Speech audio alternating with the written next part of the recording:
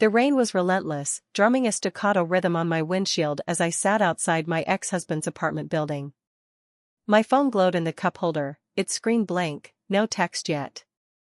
I knew one was coming, though. Any minute now, Jake would send his usual running late, be there soon message, and I'd be left waiting, again, for him to deliver our daughter, Mia, for her weekend with me. Co-parenting with Jake was like trying to herd a flock of pigeons while riding a unicycle, possible, but only if you're okay with looking ridiculous and getting nowhere fast. I glanced at the clock, 6:47 p.m. He was already 12 minutes late. Not catastrophic, but enough to make my jaw clench. Mia's school talent show was tonight, and she'd been practicing her ukulele rendition of Somewhere Over the Rainbow for weeks, strumming away in her bedroom until I could hum it in my sleep. Missing it wasn't an option, even if it meant sitting next to Jake in a stuffy auditorium, pretending we were a united front for her sake. Divorce had been the easy part, 2 signatures, a lawyer, and a mutual agreement that we were better apart. But Mia? She was the thread that kept us stitched together, frayed and tangled as we were. My phone buzzed. Sorry, Mia's still packing her ukulele. Be down in 5. I sighed, picturing Jake fumbling with Mia's glittery backpack while she lectured him about the importance of her sparkly hair clips. 5 minutes. I'd give him 10 before I started honking. The rain blurred the streetlights into halos, and I let my mind wander. 3 years ago, I never imagined I'd be here, 36, single, and playing logistical chess with my ex to raise our 7-year-old. Back when we were married, Jake and I had been a team, or so I thought. He'd make Mia laugh with his goofy impressions, and I'd handle the schedules, the doctor's appointments, the endless parade of permission slips.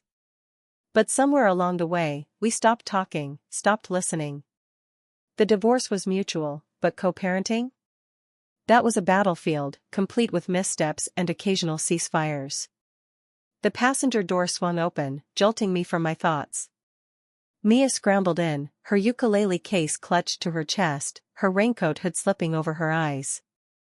"Mom. I'm ready," she announced, her voice bright enough to cut through the storm. "Hey, Peanut," I said, reaching over to fix her hood. Her cheeks were flushed, her braid already unraveling. "Where's Dad?" "Getting my bag." She kicked her sneakers against the seat, leaving muddy smudges I'd deal with later. "He said I'm gonna rock the talent show." "Of course you are." I smiled, but my eyes flicked to the rearview mirror. Jake jogged toward the car, his jacket soaked, carrying Mia's backpack like it was a live grenade. He looked the same as always, scruffy beard, tired eyes, the guy who'd once been my everything and was now my co-parent, my occasional headache, and the man who still forgot Mia's water bottle half the time. He opened the back door and slid the backpack onto the seat. "Sorry, Sarah," he said, breathless. "Her ukulele strap broke, and we had to duct tape it." "Duct tape?" I raised an eyebrow. "Classy." "It works," he said, shrugging. "You got everything for tonight?" "Yeah." I kept my tone neutral, not wanting to start anything in front of Mia. "Let's just get to the school." The drive was quiet, except for Mia's chatter about her performance. Jake and I had perfected the art of small talk, safe topics only, Mia's homework, her soccer practice, who'd cover next week's dentist appointment. Anything deeper risked opening old wounds, and we'd both learned to steer clear. At the school, we shuffled into the auditorium, Mia darting off to join her classmates.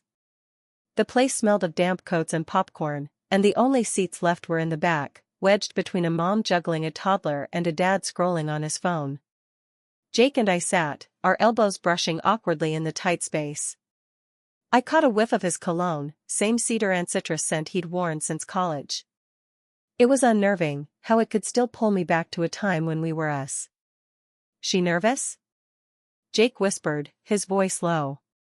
"She says she's not," I replied, watching the stage where kids were setting up props. "But she's been practicing nonstop, so maybe a little." "She'll kill it." He sounded confident, but I saw the way his fingers tapped his knee. He was as nervous as I was. The lights dimmed, and the talent show began, a chaotic parade of first graders juggling, dancing, and reciting poems. Mia was fourth, and when she stepped onto the stage, her ukulele dwarfing her small frame, my heart did a flip. She strummed the first chord, a little wobbly, then launched into her song. Her voice was soft but clear, and the audience leaned in, charmed by her earnestness. Halfway through, the duct tape strap slipped, and the ukulele dipped, but she caught it, giggling, and kept going.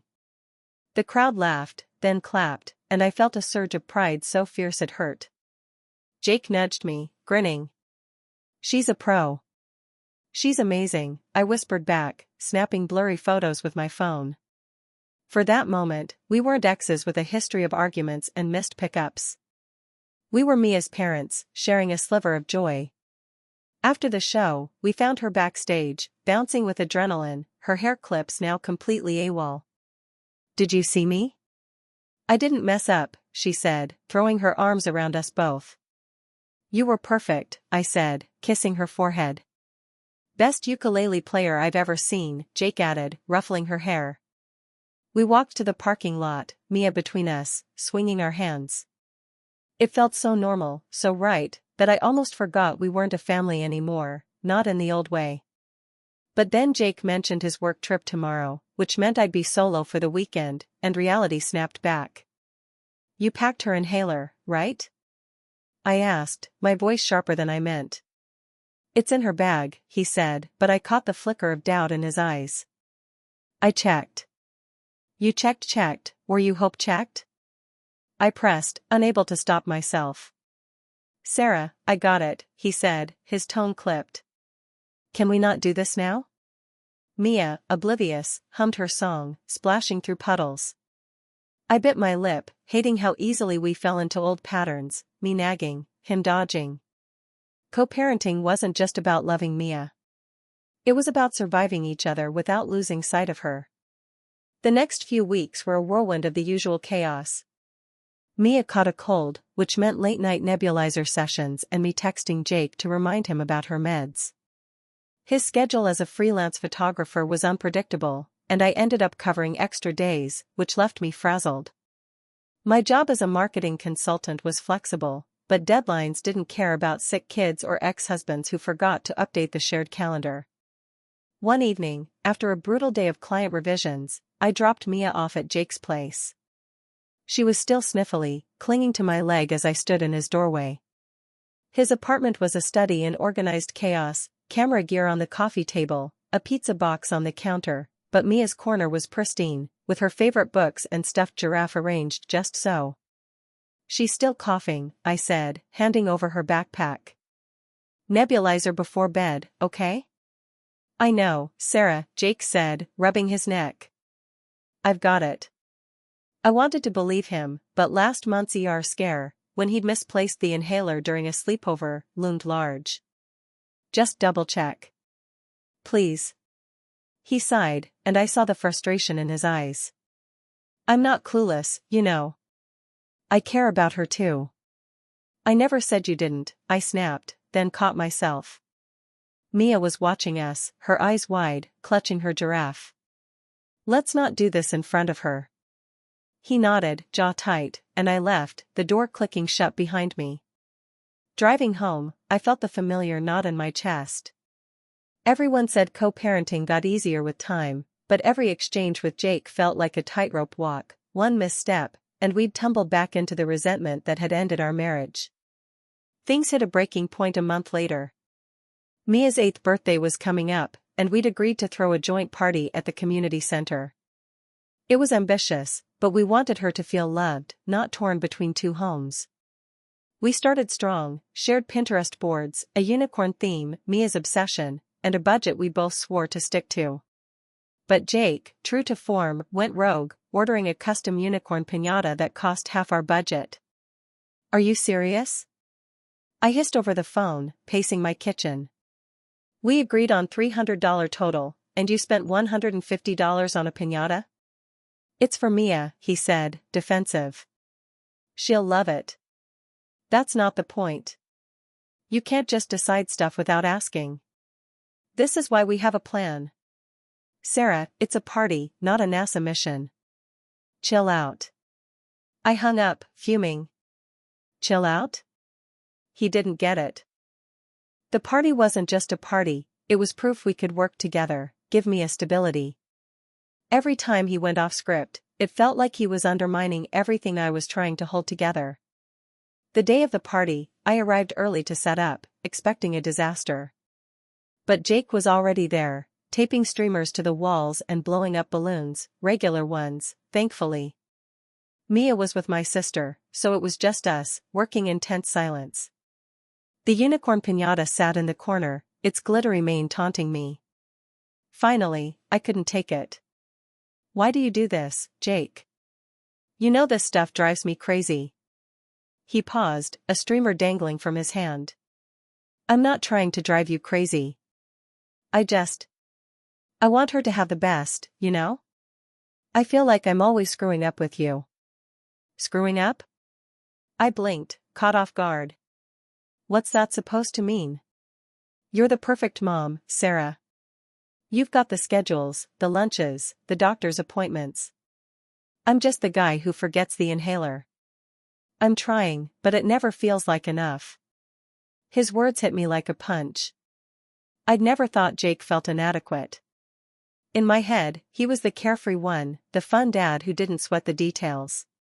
But maybe that was his way of coping, of proving he belonged in Mia's life. I don't think you're not enough, I said quietly. I need to know I can rely on you. For her.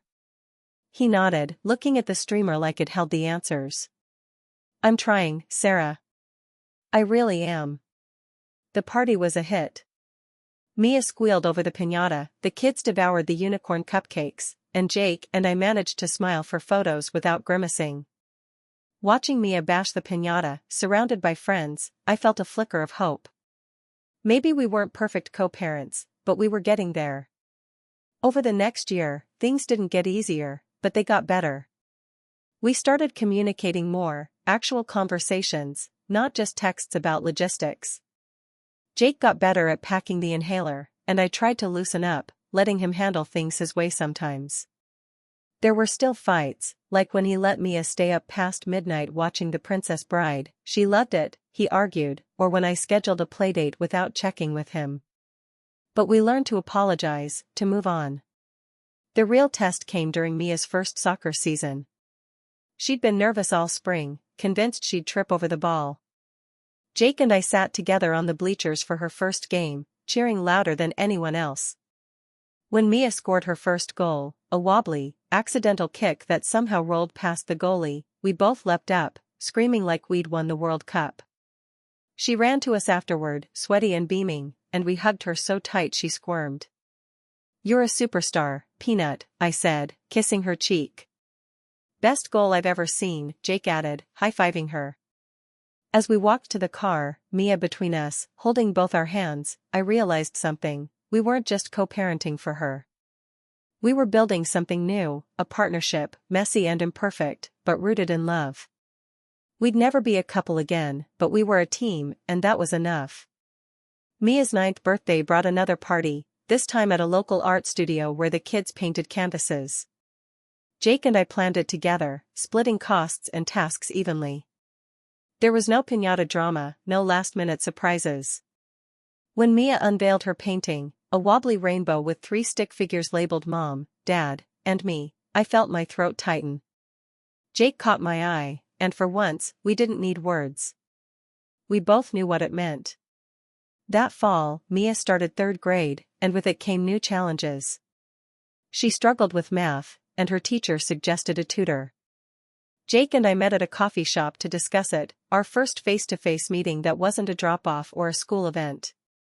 It was awkward at first, stirring sugar packets into our coffees, but we talked it through, costs, schedules, how to support Mia without overwhelming her. By the end, we'd agreed on a plan, and I felt a strange sense of accomplishment. We weren't just co-parents, we were problem solvers. Christmas was another milestone. Mia wanted to spend it together, which meant Jake coming to my place for dinner. I was nervous, cooking enough lasagna to feed an army, but it went better than I expected. Jake brought a board game, and Mia laughed so hard she spilled her juice. After she went to bed, Jake and I sat in the living room, the tree lights casting a soft glow. We didn't talk about the past, but we talked about Mia, her dreams, her quirks, her future. It was the closest we'd come to feeling like partners in years. By the time Mia turned 10, we'd settled into a rhythm. Not perfect, but functional. Jake got a steadier gig at a photo studio, which meant fewer scheduling hiccups. I took on a bigger role at work, which meant trusting Jake to handle more pickups. We still bickered, about screen time, about sugar limits, about who forgot to sign the field trip form, but the fights were shorter, less personal. One spring evening, Mia had a school play, a retelling of The Wizard of Oz where she played a munchkin. Jake and I sat in the front row this time, our knees no longer brushing awkwardly. When Mia took her bow, waving wildly at us, we clapped until our hands hurt. Afterward, she ran to us, her costume glitter scattering everywhere. "Did you see me?" "I didn't forget my lines," she said, hugging us both. "You stole the show," I said, smoothing her hair. "Total rock star," Jake added, tossing her in the air. As we walked to the car, Mia chattered about wanting to be an actress someday. Jake and I exchanged a look, half amused, half terrified. "We'll figure it out," he said, and I nodded. Because that's what we did now. We figured it out. Conclusion. The rain had stopped by the time I pulled up to Jake's apartment for the next drop-off. Mia was asleep in the back seat, her munchkin costume bunched around her waist. Jake met me at the curb, taking her bag with a tired smile. "Good play tonight," he said, glancing at Mia. "She's something else." "Yeah," I agreed, my heart full. "We're doing okay, aren't we?" He looked at me, surprised, then nodded. "Yeah, Sarah. We're doing okay." As I drove away, the city lights blurring through the windshield, I felt a quiet certainty settle over me. Co-parenting with my ex would never be easy, there'd always be late pickups, forgotten inhalers, and moments when we'd drive each other up the wall. But for Mia, we'd keep showing up, keep trying, keep building this messy, beautiful partnership. Because she was worth it, and maybe, just maybe, we were too.